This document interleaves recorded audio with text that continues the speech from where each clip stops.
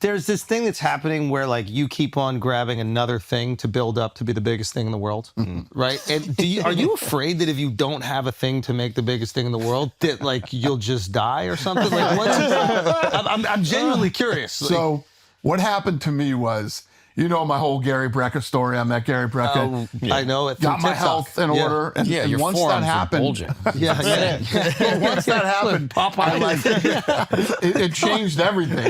So now you got your life back. I feel like I'm fucking 30 again. Right. And I want to take on more things, and yeah, I enjoy doing it. Okay, so I'm curious your take on this. Like, you've seen a lot of movies struggling, I imagine, recently.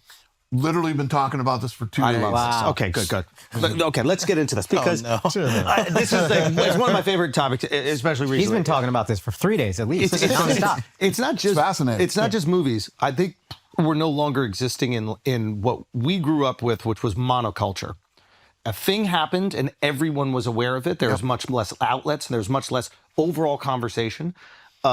Now things have become so siloed, and now specifically like the difference between TikTok and Instagram, like Instagram is the people you follow and their content. TikTok, you don't even have to follow anybody. It's just what the algorithm sends you. It has really kind of diversified our knowledge set. And movies, there's an issue obviously because like going to the theater is kind of antiquated, but it's not even that it's antiquated. It's like everybody doesn't know about the same thing. And I'm very curious your take on this because you put on events. How do you find a way in a place where we are divided into 1,000 different silos to get everybody on board with a singular event?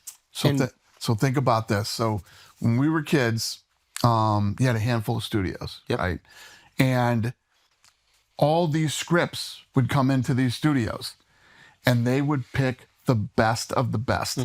Those were the movies that they invested in and they made. So I saw this thing on social media not too long ago, was showing like the summer lineup. Remember, so you had the Christmas lineup, Thanksgiving, summer. Summer was Will Smith. We watched Will Smith take over 4th of July every single year. It was, you had like a summer where, Top Gun and like every movie was like, holy shit, those are all badass classic movies.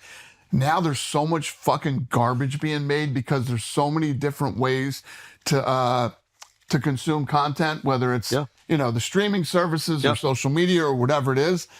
I think that, they're just pumping out a lot of garbage now.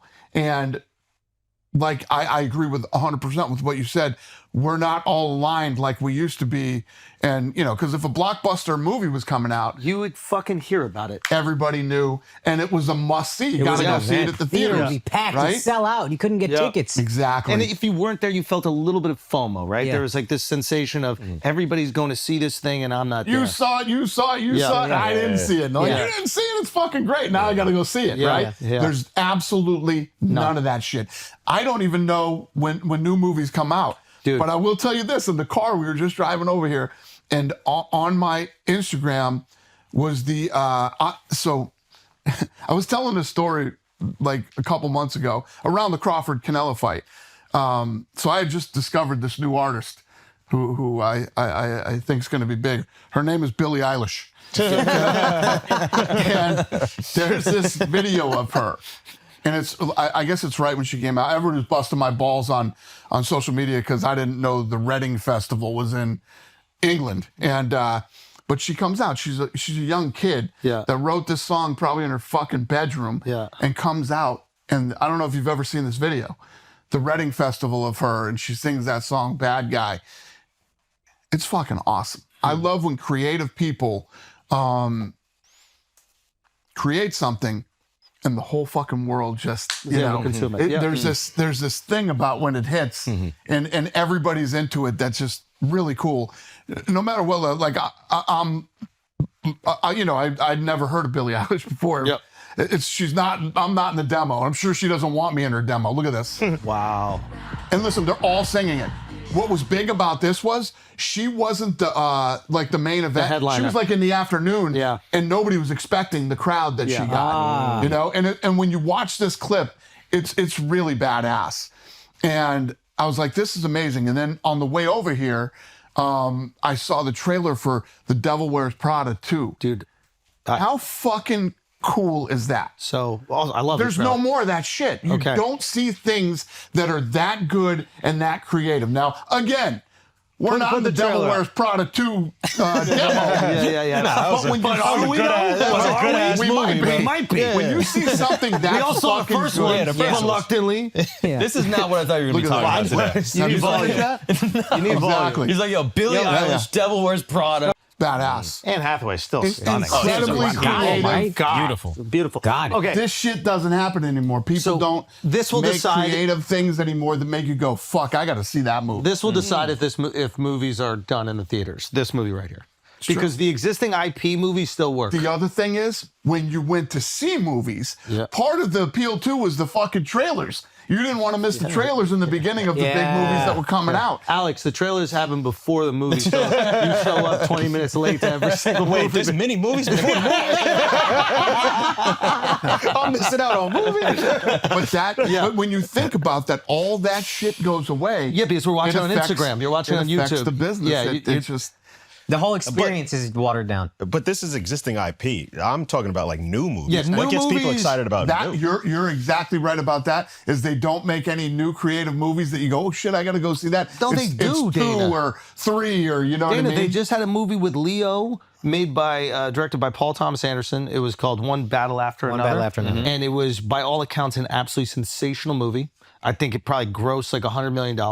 Right now it's probably on track to lose $100 or $200 million. But it is a fantastic movie with a superstar director, superstar lead actor, but it doesn't penetrate culture. What's it called? I didn't even Exactly. know. One battle after another. But this is Leo. And, I just heard about fucking Billie Eilish. Billie Eilish. months we were a little ago. bit low. Videos from 2019. So what I'm trying to understand is, like, does this also affect fights? Like Canelo Crawford, we're talking about the biggest fight in the world. That's how big something needs to be for all of us to go, I'm locking in, I'm watching it.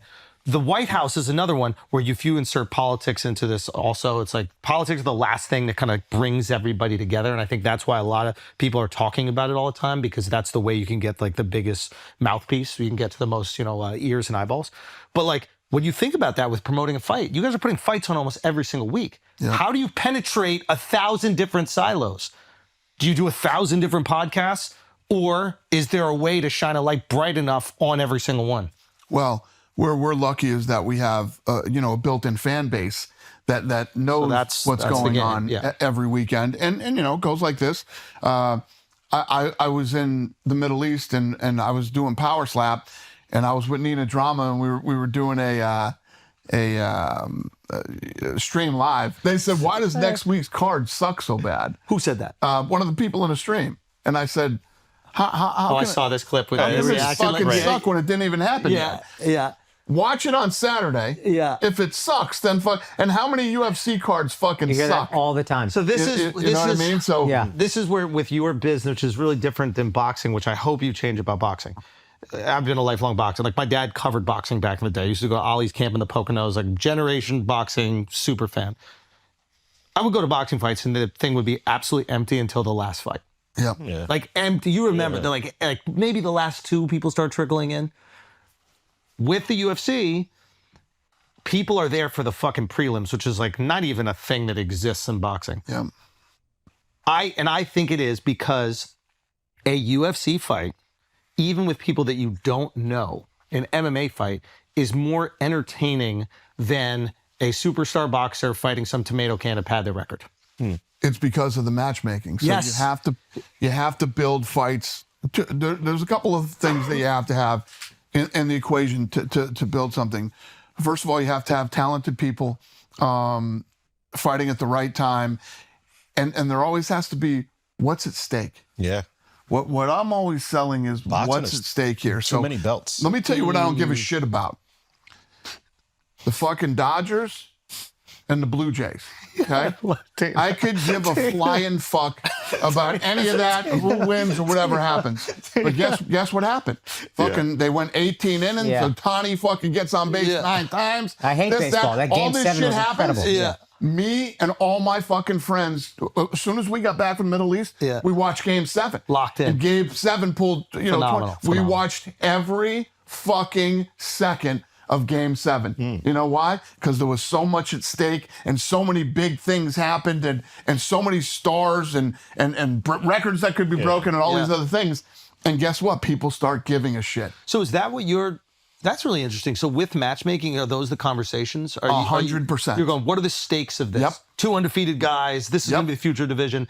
And you're doing that with as many cards or many fights on the card as possible. 100%. That's What's really at stake?